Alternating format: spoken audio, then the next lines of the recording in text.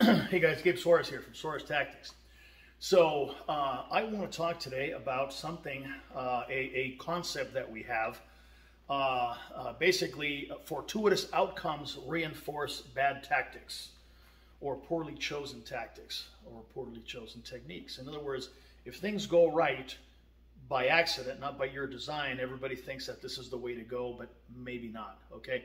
So as a tactician, as a student of gunfighting, what you need to do is you need to look at your entire repertoire of skills, from the draw, manipulations, ability to move, weapon selection, all that stuff, and you need to ask yourself, okay, I can go to the range on a perfect day, hydrated, with a lot of, plenty of sleep and feeling great, okay? The sky is blue, the grass is green, and all that good shit. And you go out there and you can fire drills over and over and over, man, and everything is perfect, and so on. Well, that, my friends, is the perfect day. That will not be the day of your gunfight, okay? So you need to look at all of your equipment, your gear, your choices, and so on, and ask yourself, all right, when everything in my life has gone to shit, when I am cold, tired, frazzled, whatever the case is, when I am at my worst and in the worst possible position in this fight, will my techniques hold up to the dynamics that I'm facing? Will my equipment support how I want to express my skills? If the answer is no, you got to change it, man. You got to change it, okay? Everybody thinks that they'll always have the upper hand. Well, that's not true. One of my craziest gunfights was against 3 dudes outside of 7-Eleven. I was sick. I had the flu. I had just been served with another internal affairs deal, and I had some family friction going on, and it was raining on top of it. So it was like the most fucked up day that you can imagine. That was the day that I had a gunfight against 3 dudes, okay? So trust me when I say that you need to prepare for worst case situations. So now, why do I talk about this? Because we were referring to safeties and so on and so forth, okay? So now, look, I don't have a 1911, sorry, Colonel. But so what I'm going to do is I've got this other guy here. This is a CZ75 compact, okay? And so it's got a safety here, okay, that we're going to discuss. Okay, now what I was referring to is that there are guys that operate, weapons like with safeties and so on, single action weapons that are very good at taking the safety off because they've practiced it over and over and over and over and over and over and over. All right, fantastic.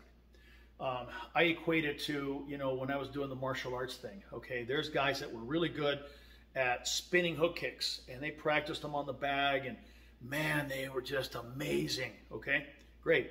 Now, let's go in the parking lot of the biker bar at 3 o'clock in the morning after you had a couple of beers, you're wearing tight jeans and cowboy boots. Let me see that spinning hook kick. You see?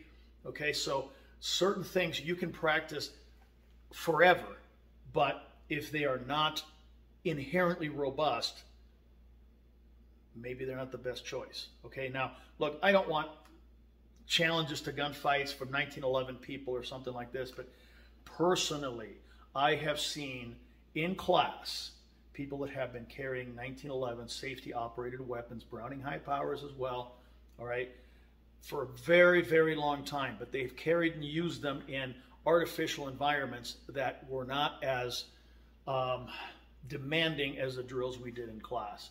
And that includes the live fire drills under movement, as well as hasty draws, and my friends, the force on force exercises that we do. If you can't prove your methods and your equipment in the force on force realm, they are not ready for the street. I don't care how well you can shoot on the range, okay? So my point is that I have seen practiced people miss a safety, miss a grip safety under duress, okay? So if they do it in training, can that happen in real life? Absolutely it can, okay?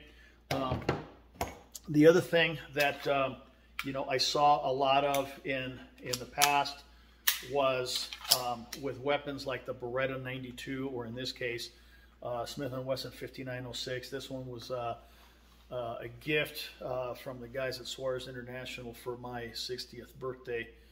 Yeah, because I carried this. This is what I shot at gun sight with and everything else. And the problem with these and the Berettas was that this decocking lever right here, okay, also acted as a safety. So if you left that down, or if that came down by, you know, neglect or whatever the case is, this weapon was inoperative, all right?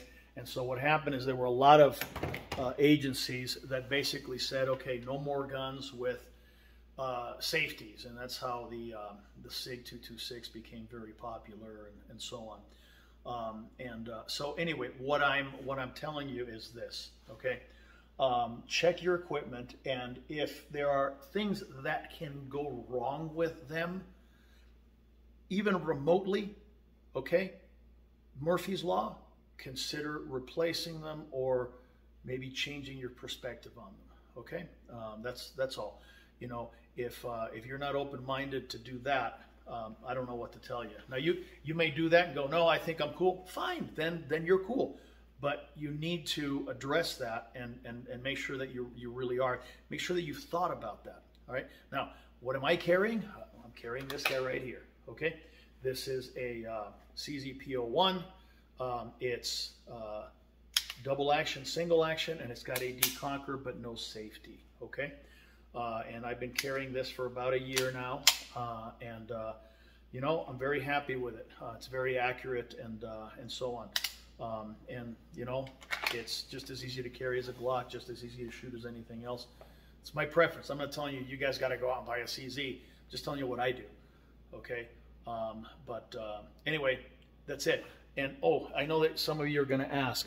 All right, so you have a CZ75 that does not have the decocking levers, you know, like the Omega series, because, you know, CZ is like SIG. You know, they come out with a great freaking idea, and then they discontinue it. It's like, what the hell are you thinking? So if the Omega series wasn't around, I'd probably get one of the decocking models. I think they call them the D series. But I've got these two that are the traditional 75 Bravo compact and the regular one. And so, you know, it's single action, I'm sorry, as I was, double action for the first shot, okay? And then after that, it reverts to single action. Now, if I need to decock this to go back into the holster, which is what I'd prefer to do rather than engage the safety and now be in the single action mode, all right, very simple. I move my hand forward like this, put my thumb on the hammer, I touch the trigger and release the trigger. Now you notice that the hammer, once I release the trigger, the hammer is free. Okay, there's a half cock notch that if I let go of it, it'll catch.